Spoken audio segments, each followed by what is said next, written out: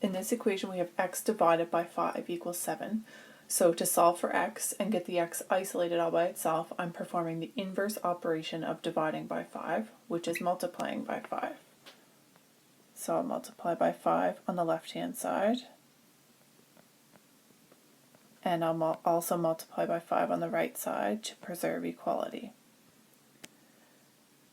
When I have x divided by 5 and then also multiplied by 5, 5 divided by 5 just leaves me with 1x on the left-hand side, and then 5 times 7 leaves me with 35 on the right-hand side.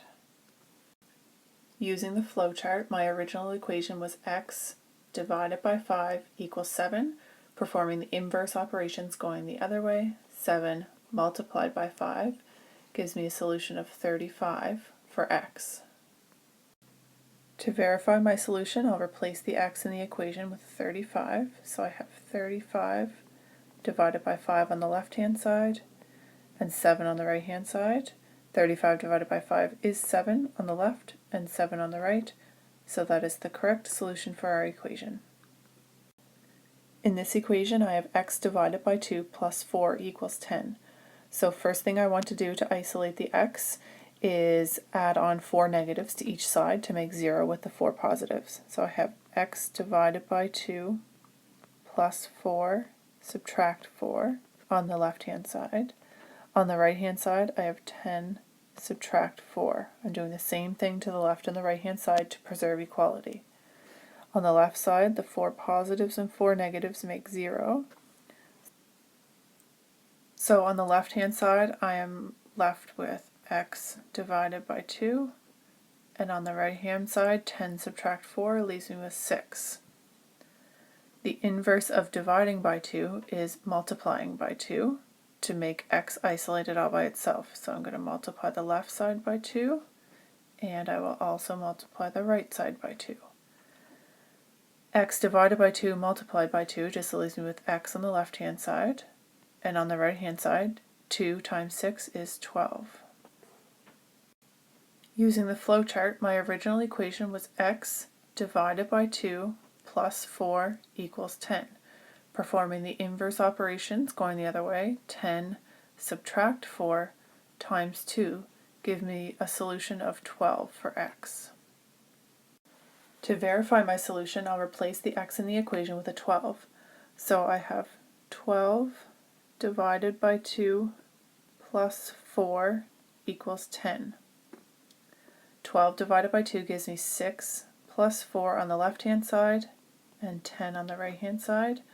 On the left, 6 plus 4 is 10, and the right side is 10, so that's the correct solution to our equation.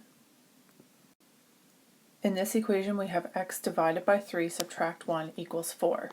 The first thing to do to isolate the x is to add positive 1 to each side to make 0 with the negative 1 that's already there. So we have x divided by 3 subtract 1 plus 1 on the left-hand side. On the right-hand side, I have 4, and I'm going to add on 1 to preserve equality and make sure I'm doing the same thing to the left and the right-hand side. 1 negative and 1 positive make 0. So on the left-hand side, x divided by 3 is all that remains. On the right-hand side, 4 plus 1 gives me 5. The inverse of dividing by 3 is multiplying by 3, so I'm going to multiply each side by 3. That leaves me with x on the left-hand side is equal to 15. Using the flowchart, my original equation was x divided by 3 subtract 1 equals 4. Performing the inverse operations going the other way, I had 4 plus 1 multiplied by 3 gives me a solution of 15. To verify my solution, I'm going to replace the x with a 15. So I have 15 divided by 3, subtract 1 on the left-hand side, equals 4 on the right-hand side. 15 divided by 3 is 5, subtract 1 on the left, is 4 on the right. 5 subtract 1 is 4 on the left-hand side, equals 4 on the right-hand side, so that is the correct solution for our equation.